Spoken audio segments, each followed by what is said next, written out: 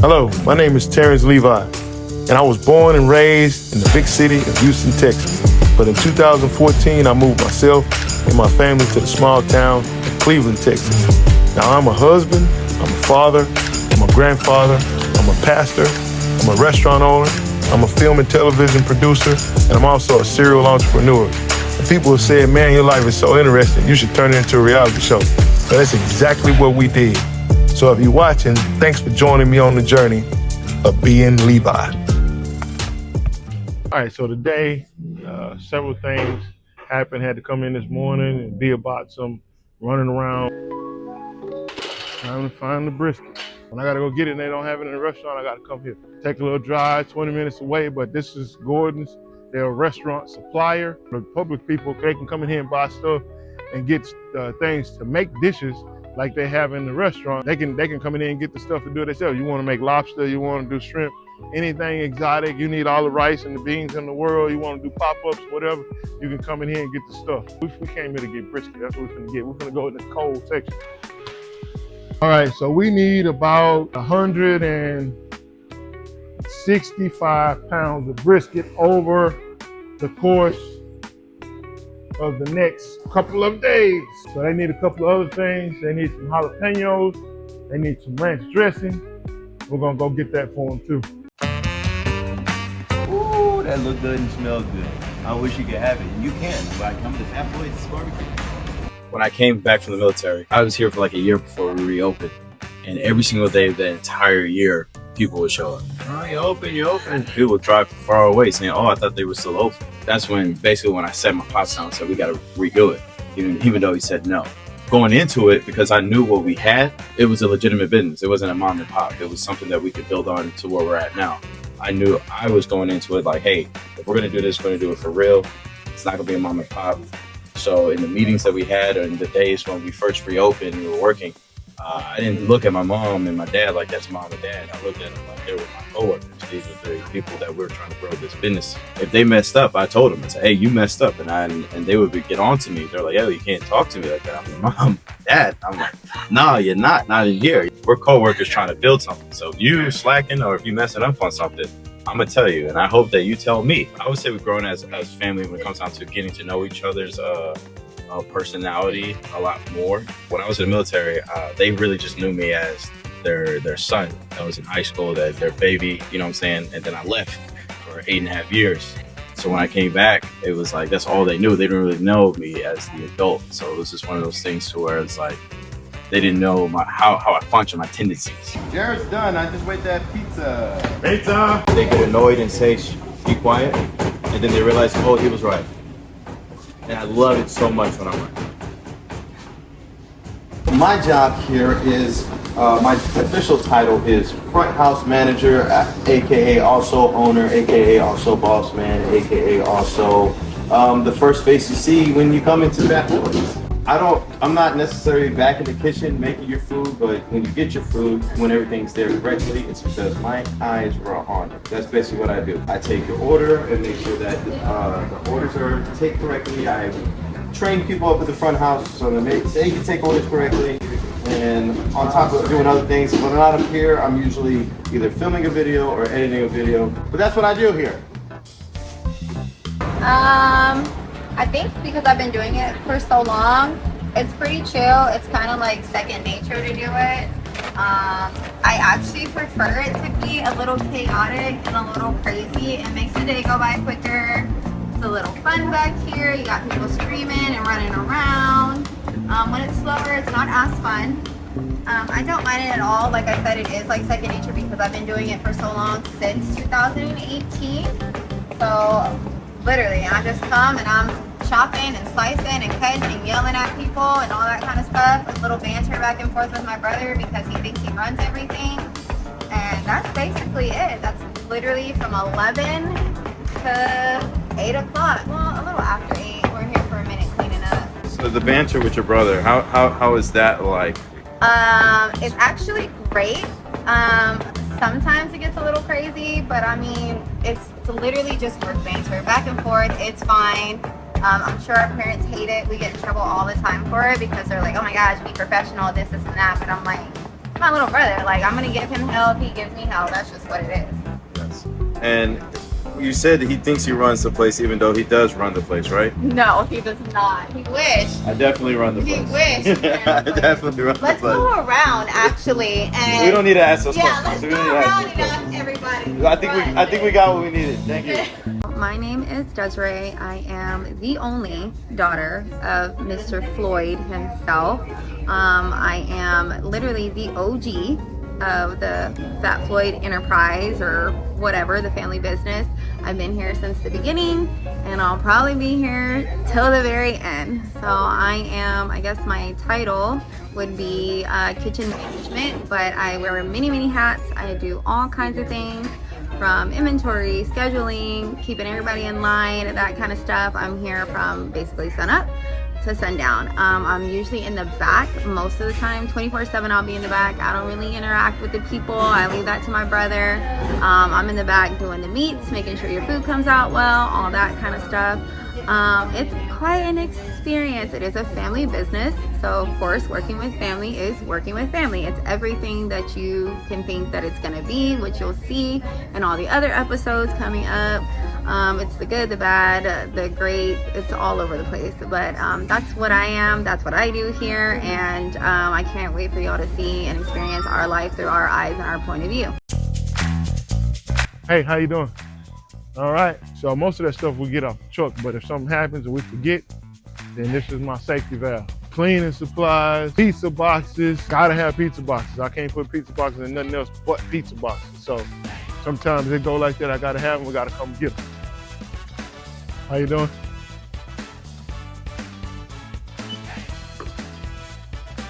Thank you.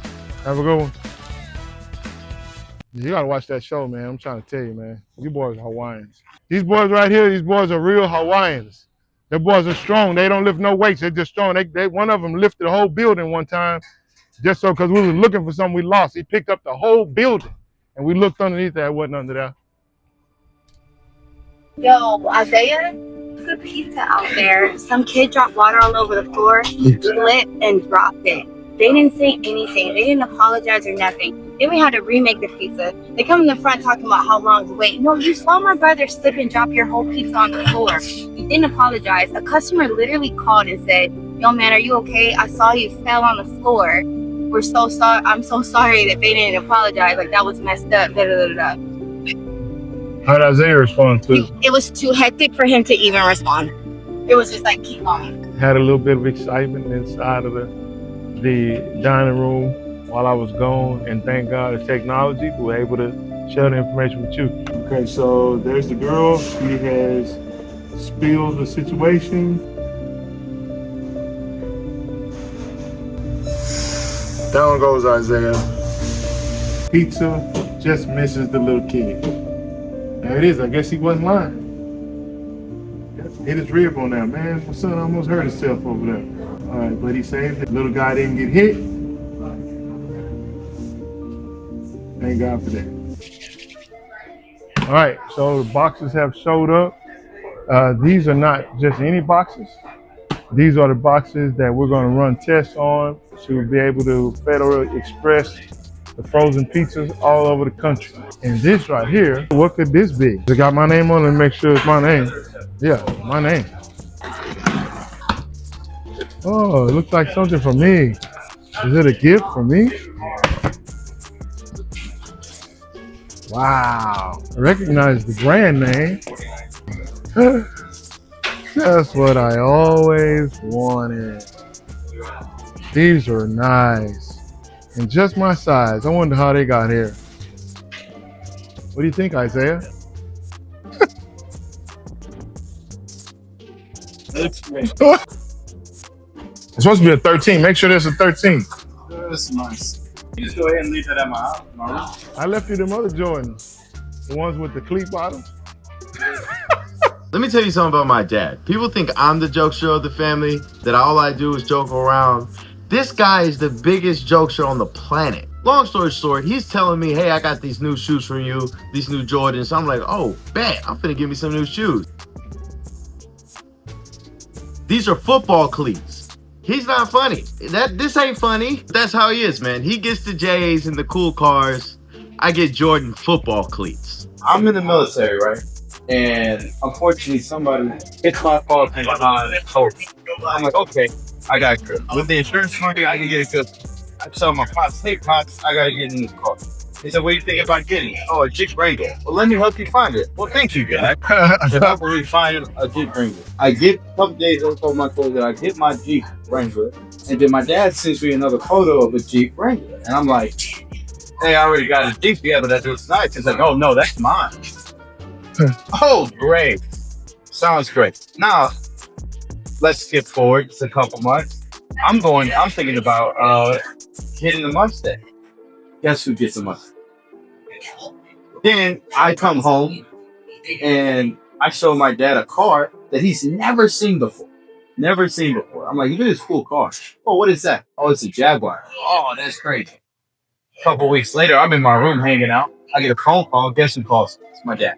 And he said, hey, come downstairs. I come downstairs. Guess who has a new Jaguar? This guy's the biggest hate on the block.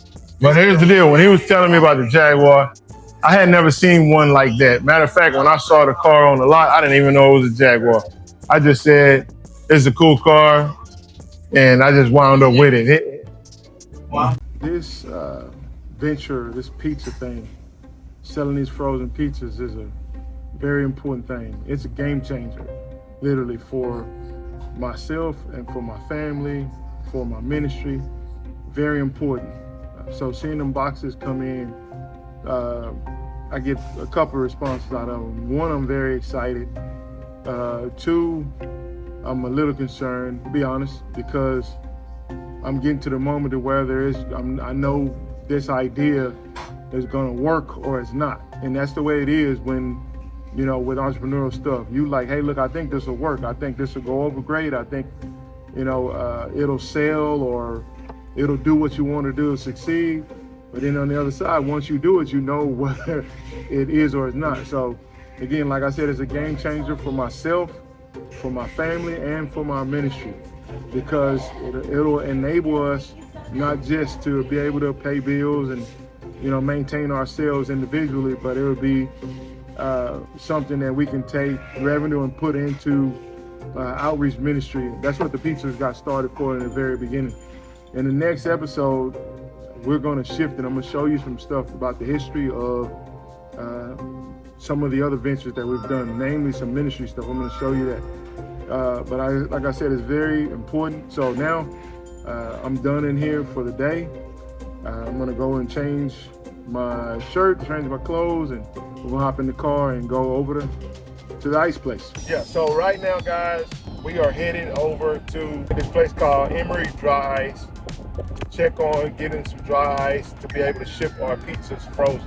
We are planning stages, have been for some time, wanting to be able to ship our pizzas frozen all over the country.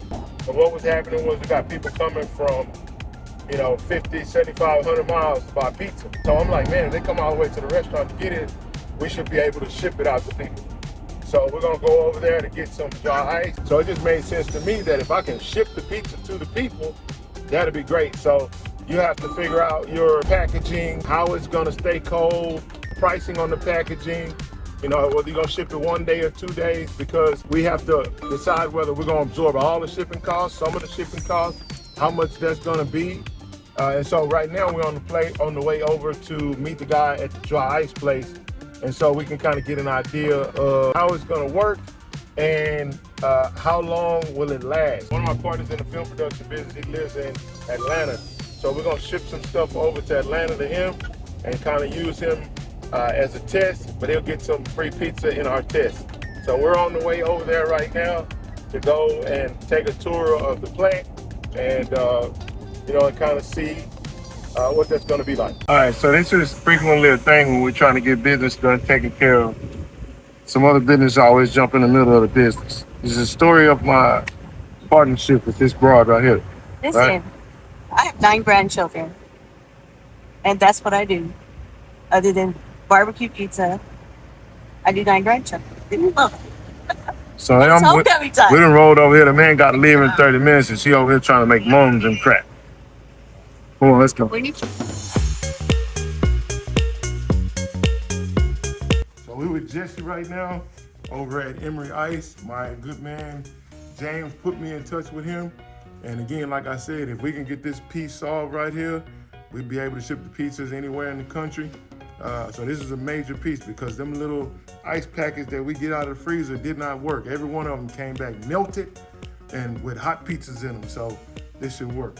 We opened in November of 2021. Okay. And built a place from the ground up to make dry ice in Houston, since there's nobody that makes it in Houston right now. You're the only ones that make it? In Houston, there's one company in LaPorte that makes it. Okay. What's in these things right here? These are, all of these boxes are the 1 pound airline block, which is 5 by 5 by just under 1 inch thick, which is, I believe, what you tried. Right. So all of these boxes go to the airlines to ship on their carts to go down the aisles when you get your food and drinks. So these are designed to fit in the top layer of the airline carts that they push down the aisle. Right. Okay, so all of these going to the airport? Every one of them. So they do this how many times a week? Every day. Every day? Every day. Every day. Wow. And so dry ice, James was telling me that dry ice is not made of water. It's made of 100% carbon dioxide. Carbon dioxide. So we get tanker trucks full of liquid carbon dioxide. They fill our tanks 5 times a day, roughly, and then they're piped in to our machines in the back and take pressure off and make snow, and it compresses it into a block. And whatever dye we press it into is what size it makes. Right. So these are the 1 pounds. We have 5 pound in the big containers right here, 5 pound blocks. In the red ones, we have the blasting ice, which is 3 millimeters. And the purple one, we have 16 millimeter When you pellets. say blasting ice, what does that do? That goes in those machines in the corner over there, which are like sandblasters. Right. They shoot dry ice out at high air pressure. And when it hits, it cleans off whatever grease, oil, rubber, paint, rust, So why would without damaging the undercoating. So if you do cars, you do assembly line, if you did your barbecue pits, you can blast dry ice, it'll clean everything off, and all you'll have is whatever you blasted off. So because the dry ice evaporates, it's better than using sandblast. When you have no sand in your food, you don't want sand in your barbecue. you don't. Right. So you can't get, water would work, but water mixed with the grease Right. is not going to clean it off. So if you blast with the dry ice, it'll freeze it, drop it down, sweep it up. You got frozen grease, you sweep it up, throw it away. There's no contamination. It gets all of it off. That's cool. That's cool. So can we see the machine? Is it possible to do that? We have 5 of the pelletizers, these 3 and the 2 at that end. Those all make the pellets. And they make, depending on the dye that we put in there and the size that they'll make. They'll make about 1,500 pounds an hour. They make it, dump it into the conveyor brings it into the reforming machine. Oh, it's company. Yeah, so it'll do this one, and this one will shoot it out. They alternate, about every 5 seconds.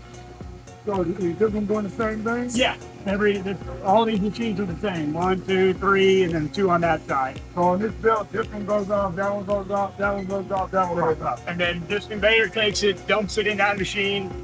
It, depending on what program you have in there, how much it'll dump in there. And then a hydraulic press will squish it into whatever dye you have shaped. This one's making 5 pound blocks right here. There you go. So you can see they're made up of little tiny pieces of pellets squished into a block. Wow. So it takes the 3 millimeter pellets and a hydraulic press squishes it into a block, and then that bags it right here. Here's the 3 millimeter pellets. So these come out like spaghetti, like if you were making Play-Doh. It takes a hockey puck inside this machine of dry ice, and then a hydraulic press pushes it through a die that's right here. And the die has a bunch of 3 millimeter holes in it. You can take that dye out and switch with any kind you want, and it'll make that smoke that's coming out, it evaporates. turn it back into gas. It'll do it quicker once it gets in water, but just turns right back into gas. Now, where's the water coming from? All condensation. Condensation. So it's just dripping off the machine, off here, because of humidity in the air, like a glass of ice water drips. These just drip, and we have to suck it up all day. So they will produce. So this will produce water. It won't produce water. Condensation will come out of the air. Oh, out of the like air. Your air conditioning unit. Right. It's just condensation from the hot and cold around us. So in the winter, it's not going to drip like this. Right. Okay. But in the summer, with the humidity we have in Houston, it's going to drip all day long off of here. We can wipe that off in a couple minutes. It's going to be covered with water. It's good. Fading fast. Yeah. So. All right, cool. Let's see the actual finished product that we're talking about. Okay, we can go to that line right there. The airport too. So these are all the 1 pound airline blocks. These are the ones that we're interested in. These and the bigger pellets. So all of these are made the same way. They come same pelletizer, same 3 millimeter. It carries it into there, but a different dye. So it's 1 pound. You can change the thickness if the customer wants them heavier or lighter. We can change the thickness of it. Right now, it's about 3/4 of an inch, and it weighs, well, 1.1 pounds.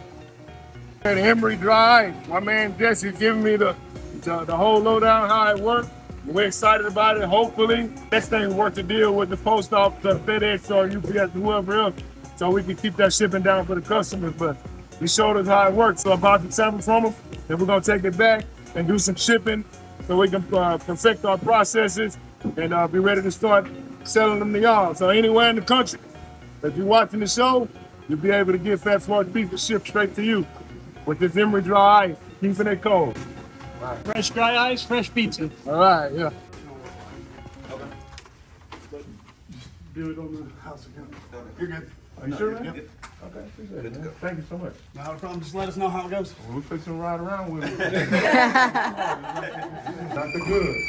Okay, so we have come, the whole family has come and got the dry ice lecture, and I got to get this dry ice put down. We came and got our dry ice. We did all of the conversing, all of the information we need. Now we're gonna run some tests. We're gonna see how it goes. So now it's back to the Big C, Cleveland, Texas, where big things are happening.